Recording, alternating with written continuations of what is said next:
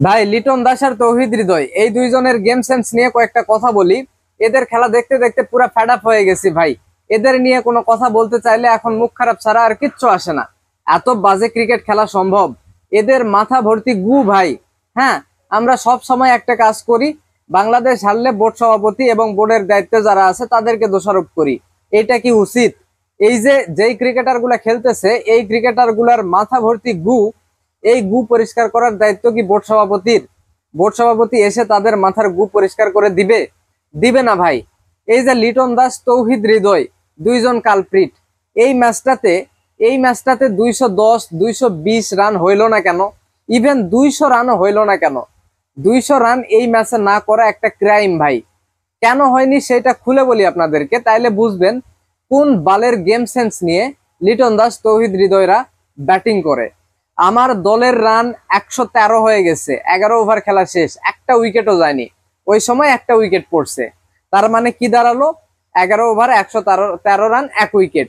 এই সময়টাতে যে কোনো দেশের যে কোনো ব্যাটসম্যান এসে সেই মোমেন্টাম ক্যারি করবে, ওইখান থেকে ম্যাচ শুরু করবে, খেলাটাকে এগিয়ে নিয়ে যাবে। বাংলাদেশের প্লেয়াররা কি করে? লিটন দাস কি করছে? লিটন দাস করছে কি? তারপরে আরেকটা উইকেট গেল পারভেজ হোসেন ইমন, এবং তারপর আসলো তৌহিদ হৃদয়। মানে বলি না, এক মাহমুদুল্লাহ গেছে আর এক মাহমুদুল্লাহ এসে হাজির।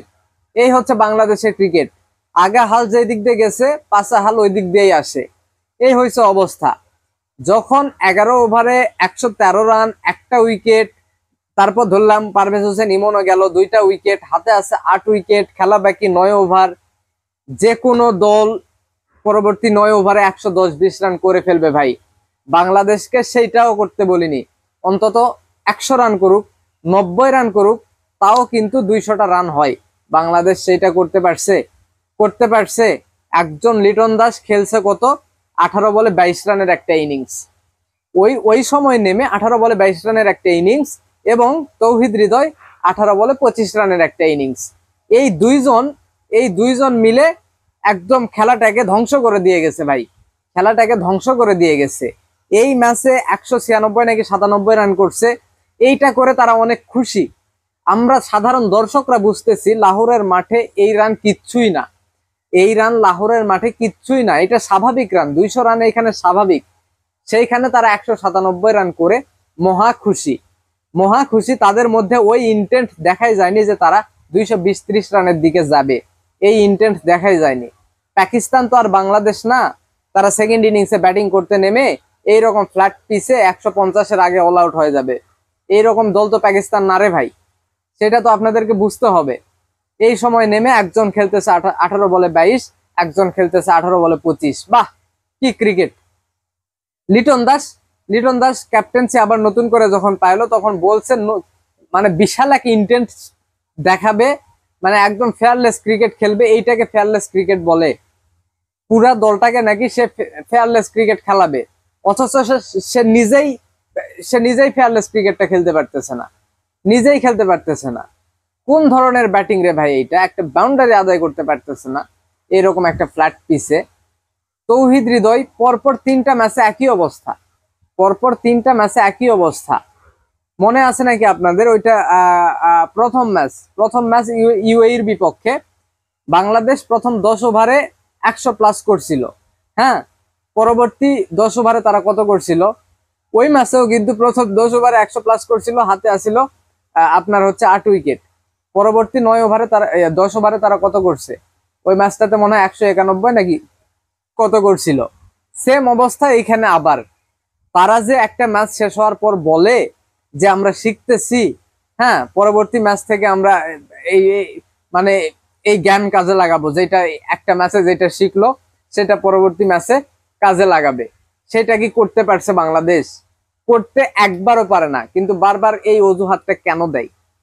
প্রথম ম্যাচে ওইরকম ইউএইর বিপক্ষে ওইরকম একটা পারফরমেন্স, 10 ওভারে 100+ রান, 2টা উইকেট গেছে, 8 উইকেট হাতে, পরবর্তী 10 ওভারে 100 রানও করতে পারেনি। তাইলে ওই ম্যাচটা থেকে কি শিখছে? কিচ্ছু শিখেনি, কোনো বালি শিখেনি। ওই ম্যাচটা খেলে এই যে পাকিস্তানের বিপক্ষে থার্ড টি-20-তে এসে একই অবস্থা, 11 ওভারে 113 রান, পরবর্তী 9 ওভারে তারা 90টা রান করতে পারে না। এই হচ্ছে তাদের ব্যাটিং এর অবস্থা, এই হচ্ছে তাদের ইন্টেন্ট, এই হচ্ছে তাদের ক্রিকেট মেধা। মানে কি বলবো, এই এই এই বালের ইন্টেন্ট নিয়ে তারা টি-20 ক্রিকেট খেলতেছে। হ্যাঁ, আর কোচকেও বলি ভাই, কোচকেও বলি, কোচ একখান পাইছি সালাউদ্দিন, কি আমার বালের কোচ।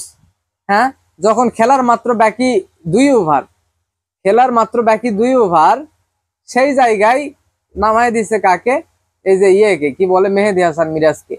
মেহেদী হাসান মিরাজ আগের আগের ম্যাচে তানজিম হাসান সাকিব একটা 50 করলো।